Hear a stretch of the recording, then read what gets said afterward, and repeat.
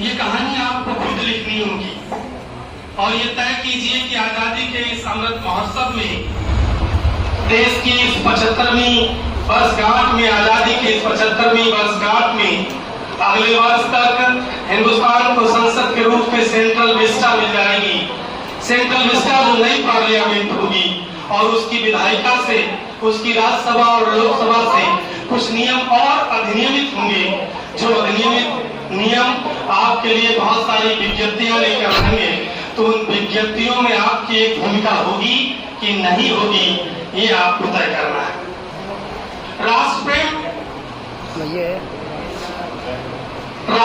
सिर्फ आजादी के दिन वंदे मातरम भारत माता की जय कह देना मात्र नहीं है, या तिरंगे को फहरा देना मात्र नहीं है। राष्ट्रप्रेम का अर्थ एक व्यक्तित्व के चरित्र से है। राष्ट्र की संपत्ति पर अगर आपका अधिकार है तो उसको संभाल कर रखना भी आपका राष्ट्रप्रेम है। आप जिस छत के नीचे बैठे हैं, उस छत के नीचे बैठकर आप अपनी जिंदगी की कहानी लिखेंगे।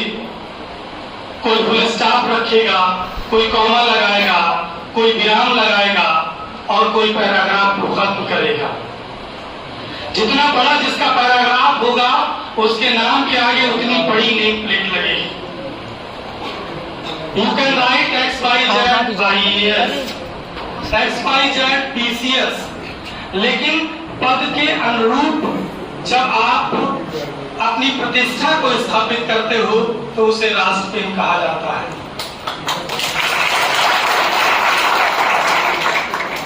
और जब भी आप चले तो ये लगे कि कहीं ऐसा ना हो कि आप कलेक्टर हो, आप डिप्टी एसपी हो, लेकिन सड़क पर चलने वाले किसी व्यक्ति को आपने धक्का मारा, अपनी सुविधाओं का लाभ नहीं दिया और आप अपने आप को हिंदुस्तानी कहते हो, तो ये नाकाफी होगा।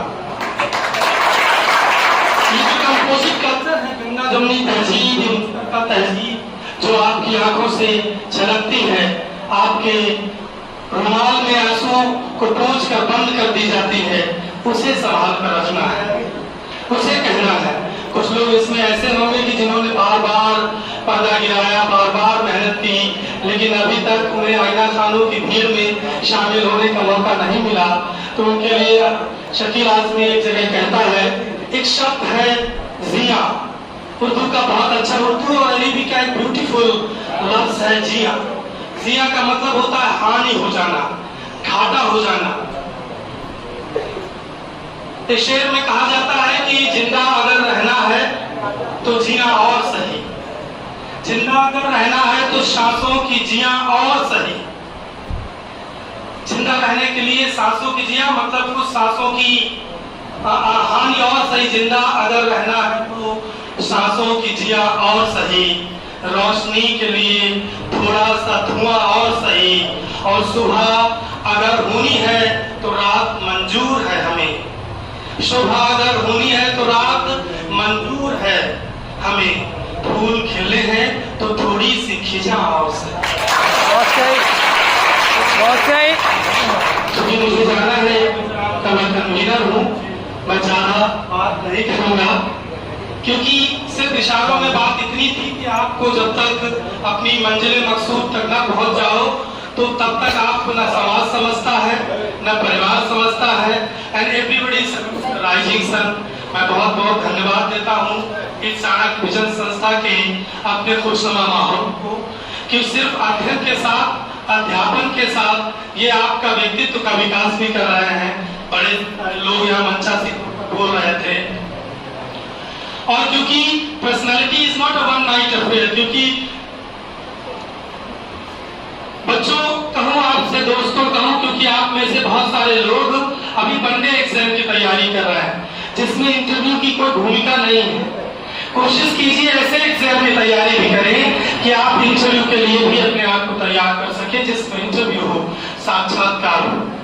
क्योंकि साक्षात्कार के माध्यम से जब आप समाज में अपने आप को स्थापित करते हो तो लगता है कि हाँ, आप में एक आत्मविश्वास विकसित होता है। क्योंकि एक बात कही जाती है ना, क्योंकि कुछ लोग होते पूरी तैयारी कर ली, प्री मेंस क्वालिफाई कर लिया, फिर इंटरव्यू की तैयारी कर रहे हैं। तो interview is not a personality, is not a one night affair. बहुत फेमस लाइन है, पर्सनालिटी धीरे धीरे तिनका तिनका करके बनती है, तिनका तिनका करके बनती है।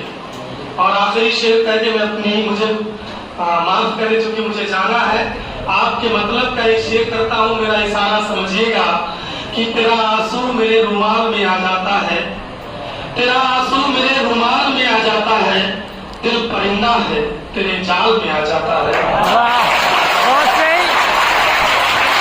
तेरा आंसू मेरे रुमाल में आ जाता है, दिल परिंदा है तेरे जाल में आ जाता है। और शेर समझना जिसके लिए कहा कि दिल परिंदा है तेरे जाल में आ जाता है। गांव के लड़कों गलियों से महफूज रहो, तहरीर का इश्क चौपाल तक आ जाता है।